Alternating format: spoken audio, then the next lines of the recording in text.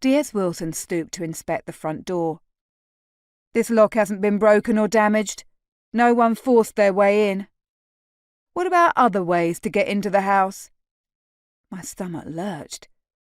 I showed her the rear entrance. The lock there was also intact. We walked around the bottom story to check if any windows were broken. None were, and all the latches were shut tight. "This building has a cellar?" D.S. Wilson rubbed her arms as that freezing draught whipped down the hall. I nodded. "But it has no external window or entrance, and the vent isn't large enough for anyone to squeeze through, let alone get a tree out. The entrance is blocked off with a bookcase. I don't even know where it is, but Mori can show you if you want." But D.S. Wilson was already distracted by something on the staircase.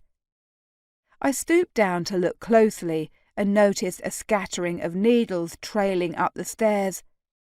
We followed the trail up to the first-floor landing, where another glass shard waited.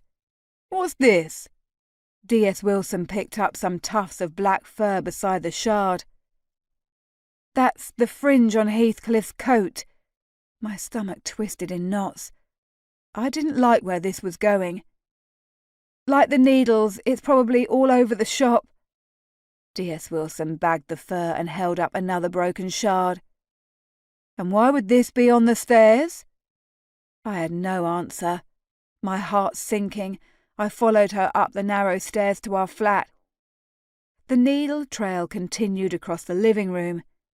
In the corner beside Heathcliff's chair, D.S. Wilson picked up a small length of ribbon and a torn piece of gift wrap. None of us had been wrapping presents upstairs, so the only way these could have got up here was if... No, it's not true. The needles came to a stop outside the door of Heathcliff's room. Something cold settled on my chest. I reached up to turn the knob.